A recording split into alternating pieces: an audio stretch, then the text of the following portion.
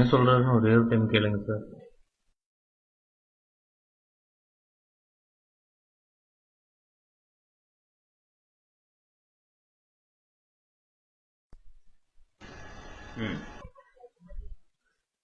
Sir, எங்க ஊர் ஒரு சின்ன கிராமம் சார். எனக்கு அம்மா கிடையாது சார், அப்பா மட்டும். சின்ன வயசுல இருந்து எங்க அப்பா கொஞ்சம் ஒரு நாள் கூட தனியா இருந்ததில்லை சார்.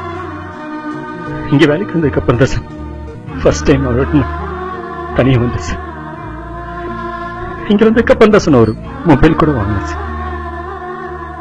அதுவும் நீங்க கொடுத்த கம்பெனி நம்பர் தான் சார் நான் அவருக்கு கொடுத்துருந்தேன்.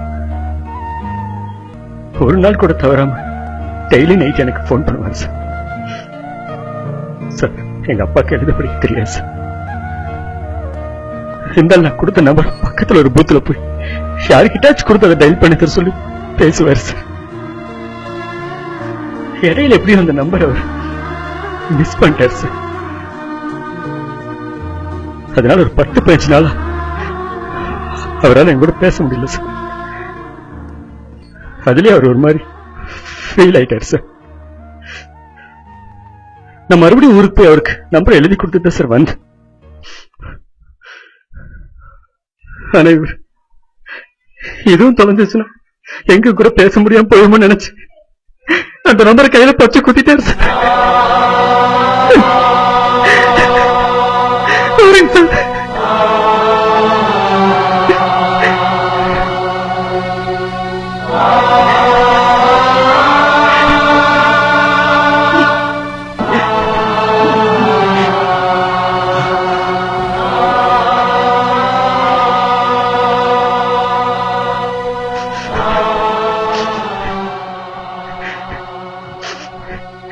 அதனாலதான் சார் என் வாழ்நாள் ஃபுல்லா இந்த நம்பர் தான் என் நம்பரா இருக்கணும்னு நினைக்கிறேன் சார்.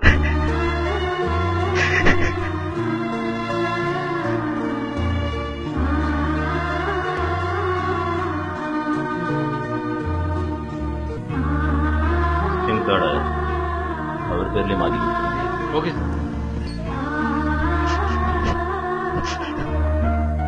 சார், ரொம்ப தேங்க்ஸ் சார்.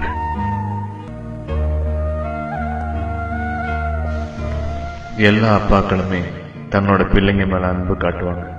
ஆனா ஒரு சில அப்பாக்கள் மட்டும்தான் அந்த அன்பு எவ்வளவு பெருசுன்னு காட்டுவாங்க.